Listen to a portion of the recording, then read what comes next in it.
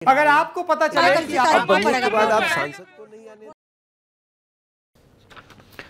Aditi Sharma the Kerala story को लेकर Lallan top ने कुछ खास नहीं किया कि आप लोग कंट्रोवर्सी से बचना चाहते हैं। हम लोग कंट्रोवर्सी से नहीं बचना चाहते हैं, लेकिन हम लोग कुछ भी कहने से बिना किसी आधार के बचना चाहते हैं। इसलिए हमने अपने रिपोर्टर सिद्धांत मोहन को रवाना किया, जिन्होंने 1 हफ्ते से ज़्यादा का समय केरल में गुजारा है। वो इस समय वापस आ गए हैं, विस्तार से रपटें लिख रहे हैं, विस्तार से पैकेज तैयार कर रहे हैं। तो हमारा जो प्रोग्राम है फाइनल रिपोर्ट वो कुछ एक खंडों में आएगा, 2 या 3 खंडों में। अभी हम फिगर आउट कर रहे हैं कंटेंट के हिसाब से। और केरला स्टोरी के बारे में जो हमने पता किया, जो कन्वर्जन के बारे में, जो कट्टरपंथ के फैलाव के बारे में, पीएफआई के बारे में, उन सब के बारे में आपको विस्तार से बताया जाएगा। केरला स्टोरी फिल्म में जो दिखाया गया उसको लेकर केरल के लोग क्या सोचते हैं उसके बारे में भी बताया जाएगा।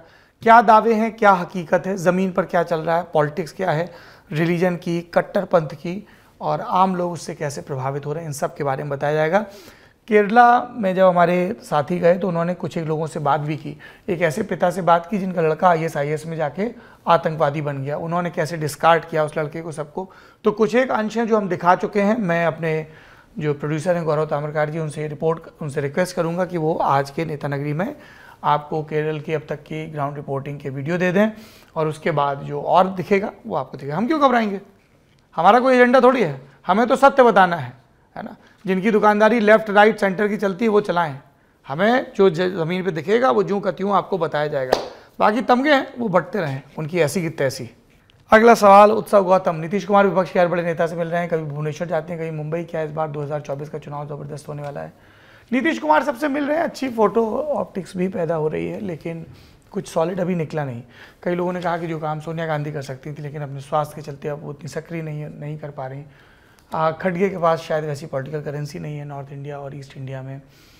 तो नीतीश वो काम कर रहे हैं, बतौर मुख्यमंत्री जाके मिल रहे हैं। वो ममता बनर्जी से मिले, अखिलेश यादव से मिले, नवीन पटनायक, उद्धव ठाकरे से। तो एक थोड़ा पॉलिटिकल बज़ क्रिएट होती है कि पोस्ट 2024 इलेक्शन सिनेरियो में कुछ हो सकता है। लेकिन एक नेता के लिए सबसे ज़रूरी होती है उसकी अपनी पॉलिटिकल कैपिटल। नीतीश कुमार बिहार में उस कैपिटल को बुरी तरह से गंवा चुके हैं। ये हमने पिछले विधानसभा चुनाव में देखा था।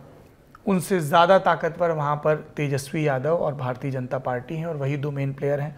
प्रशांत किशोर एक और प्लेयर बनने की कोशिश कर रहे हैं। तो जब आपकी अपनी पॉलिटिकल कैपिटल नहीं है तो सिर्फ इस बिना पर कि आप इतने लंबे समय तक अपनी मुख्यमंत्री की कुर्सी बचाए हुए हैं, आप कितने लोगों को साथ ला सकते हैं, ये देखने वाली बात होगी। तो कई ऐसे बुजुर्ग नेता हैं, कभी ममता बनर्जी वो कोशिश करती हैं, कभी KCR करते हैं, कभी अरविंद केजरीवाल करते हैं, कभी शरद पवार करते हैं। तो ऐसे एक और ऐसी ही कोशिश के तौर पे मैं देखने जाऊंगा। 2024 का चुनाव निस्संदेह मज़ेदार होगा। लोकसभा का चुनाव हमेशा ही मज़ेदार होता है, और अच्छी बात यह है कि 1999 के बाद से लोकसभा अपने 5-5 बरस के कार्यकाल पूरा कर रही, जो कि हम 1989 से देख रहे थे। व्यवधान हो रहा था 89, 91, फिर 5 साल हुआ 96, लेकिन 96, 98, 99, फिर देखिए आप 4 साल के अंदर, 3 साल के अंदर 3 चुनाव हो गए थे, 96, 98, 99। तो 2024 मज़ेदार होगा। जहाँ भी हम जाते हैं तो ये सवाल ज़रूर पूछा जाता है, आपने भी पूछ ही लिया। And I am looking forward to travel, पूरे देश में घूम के लोगों के मसले समझना, कौन से पॉलिटिकल प्लेयर की क्या पोजीशनिंग है ये समझना।